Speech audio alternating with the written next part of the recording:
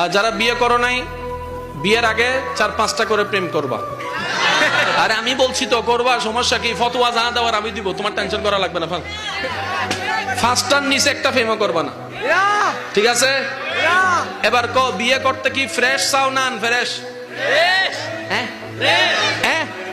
আরো জোরে কর না, ফ্রেশ চাও তো? এবার ফ্রেশ দেওয়ার মালিক কে? আল্লাহ। একজনে বিয়ের আগে 10টা প্রেম করছে, আমি কই কারে বিয়ে করবি? কই একটারও করতাম না। তো বিয়ে করবি কারে? কই 100টা খুঁজা ফ্রেশ দেখে একটা বিয়ে করবো। সে 1000টা খুঁজা একটা বিয়ে করছে, 6 মাস পরে খবর পাই তার বউয়ে 20টা।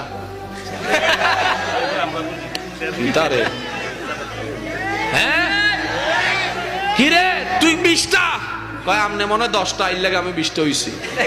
আমি যে করছি তুই জানোস কেমনে?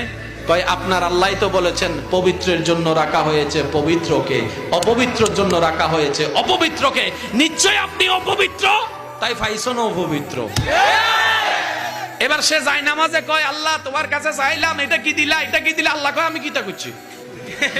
তুই কি কোরআনে আমার হুকুম শুনস নাই? আল্লাহ কি হুকুম বলে? যে আমি বলেছি পবিত্রের জন্য পবিত্র, অপবিত্রের জন্য অপবিত্র। এখন থেকে